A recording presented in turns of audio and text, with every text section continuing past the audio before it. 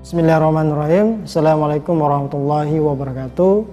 Perkenalkan, nama saya Afriansyah. Selamat datang di channel ini, channel yang membahas tentang dasar ilmu bahasa Indonesia atau permasalahan-permasalahan bahasa Indonesia pada umumnya. Pada kesempatan kali ini, saya akan membahas tentang sejarah, perkembangan, dan kedudukan bahasa Indonesia.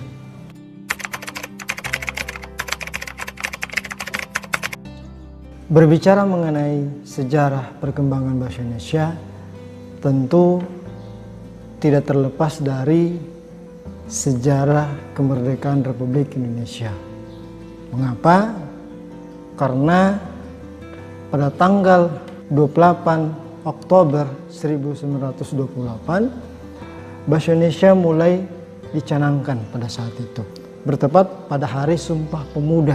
17 tahun kemudian, yaitu pada tanggal 18 Agustus 1945,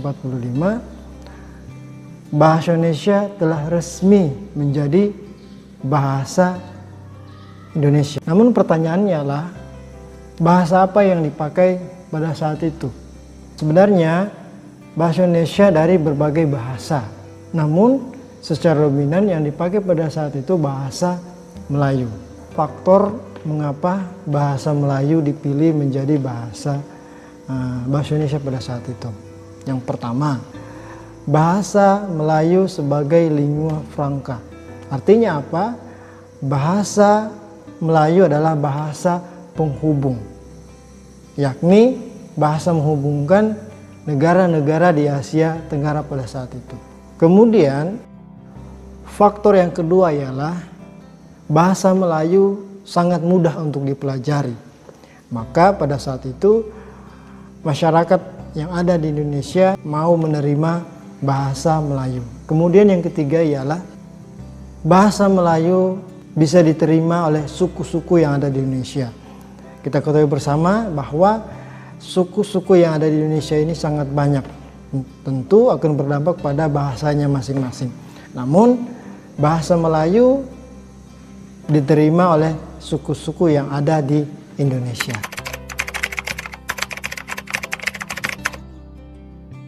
Berbicara mengenai sejarah perkembangan bahasa Indonesia, tidak terlepas dari Kongres Bahasa Indonesia. Kongres Bahasa Indonesia itu sendiri diadakan 5 tahun sekali. Kongres Bahasa Indonesia yang pertama yaitu pada tanggal 25 sampai 28 Juni pada tahun 1938 di kota Solo. Gagasannya ini dilatar belakangi oleh kenyataan bahwa waktu itu bahasa Indonesia belum dipakai secara luas dan tidak adanya pedoman yang baik bagi para pemakai bahasa. Bahasa Indonesia dianggap masih belum teratur sehingga perlu adanya satu forum yang mampu mengatur bahasa Indonesia atas dasar kesepakatan bersama. Kemudian, Kongres Bahasa Indonesia yang kedua.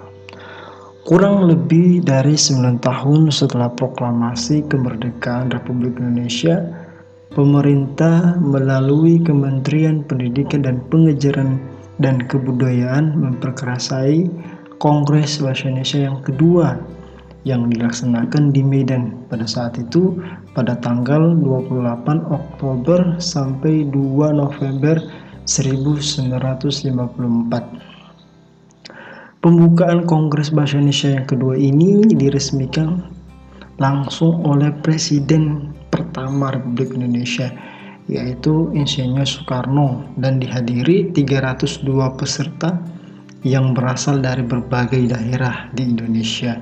Dan Kongres 2 ini diketuai oleh Sudarsana. Kemudian Kongres Bahasa Indonesia yang ketiga. Kongres Bahasa Indonesia yang ini dilaksanakan di Jakarta pada tanggal 28 Oktober sampai 3 November 1978.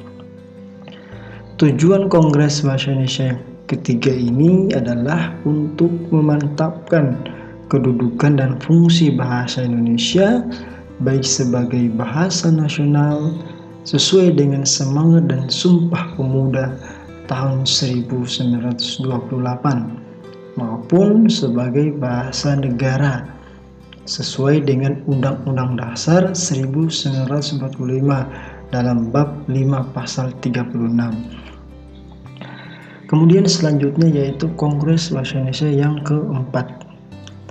Pada Kongres Bahasa Indonesia yang keempat ini diselenggarakan di Jakarta pada tanggal 21 sampai 26 November 1983. Jumlah peserta mencapai 485 orang yang umumnya berasal dari perguruan tinggi dalam dan luar negeri.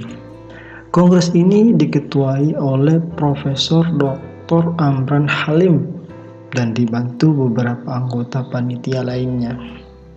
Dan Kongres Bahasa Indonesia yang keempat ini membahas tentang kedudukan dan fungsi bahasa Indonesia sebagai sarana komunikasi pemerintahan, sarana pengembangan kebudayaan, sarana pendidikan dan pengajaran, dan sarana pengembangan ilmu pengetahuan dan teknologi modern. Selanjutnya yaitu Kongres Bahasa Indonesia yang kelima. Kongres Bahasa Indonesia yang kelima digelar di Jakarta pada tanggal 28 Oktober sampai dengan 3 November 1988. Kongres Bahasa Indonesia yang keenam. Kongres Bahasa Indonesia yang keenam ini diselenggarakan pada tanggal 28 Oktober sampai dengan 2 November 1993, waktu itu di Hotel Indonesia. Kongres yang diketuai oleh Dr. Hasan Alwi ini membahas 5 masalah terkait kebahasaan dan kesastraan, meliputi yang pertama, peran bahasa dan sastra dalam pembangunan bangsa, dan kedua, pengembangan bahasa dan sastra, yang ketiga, pembinaan bahasa dan sastra, keempat, pengajaran bahasa dan sastra, kelima, pengembangan bahasa Indonesia di luar negeri. Kemudian Kongres Bahasa Indonesia yang ketujuh. Kongres ini diselenggarakan di Jakarta pada tanggal 26 sampai 30 Oktober 1998, bertepatan peringatan 70 tahun Hari Sumpah Pemuda pada saat itu.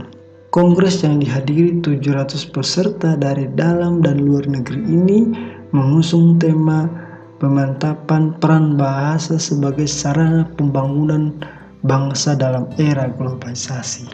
Kongres Bahasa Indonesia yang ke-8.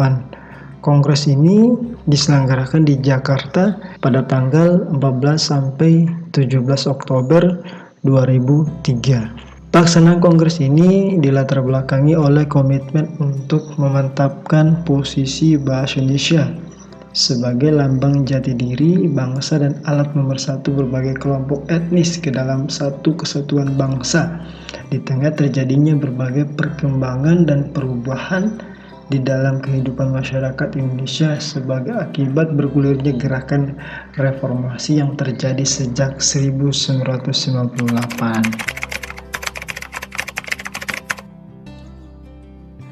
Sejarah ejaan bahasa Indonesia. Sejarah bahasa Indonesia diawali dengan ditetapkan ejaan Van Appoysen pada tahun 1901. Ejaan ini merupakan pedoman resmi ejaan pertama yang diterbitkan pada tahun 1901.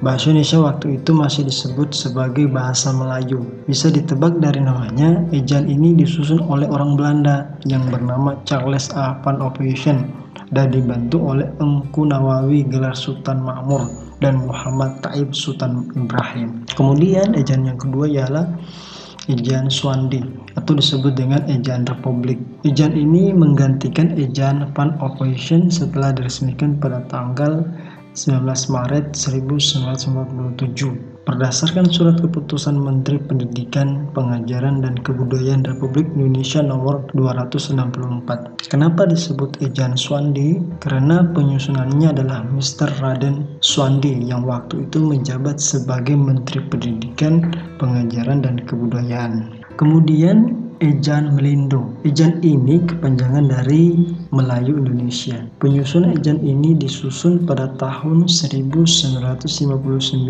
atas kerjasama Indonesia dan Persekutuan Tanah Melayu, yang dalam hal ini adalah Malaysia. Ejaan Melindo ini bertujuan untuk menyeragamkan ejaan yang digunakan kedua negara. Tetapi ejaan ini pun gagal diresmikan akibat ketegangan politik antara Indonesia dan Malaysia waktu itu. Ejaan yang disempurnakan atau disingkat dengan EYD. Ya, pasti kalian tahu ejaan ini. Ejaan ini berlaku sejak tahun 1972 sampai 2015. Di antara deretan ejaan sebelumnya, EYD ini yang paling lama. Ejaan ini mengatur secara lengkap tentang kaidah penulisan bahasa Indonesia, seperti tentang unsur bahasa serapan, tanda baca, pemakaian kata, pelafalan huruf, penggunaan huruf kapital, dan penggunaan cetak miring. Kemudian ejaan bahasa Indonesia yang terakhir. Berdasarkan Peraturan Menteri Pendidikan dan Kebudayaan Republik Indonesia nomor 50 tahun 2015 tentang pedoman umum ejaan bahasa Indonesia, lebih pun resmi berlaku sebagai ejaan baru bahasa Indonesia. Katanya latar belakang diresmikan ejaan ini karena perkembangan pengetahuan teknologi sehingga pemakaian bahasa Indonesia semakin luas.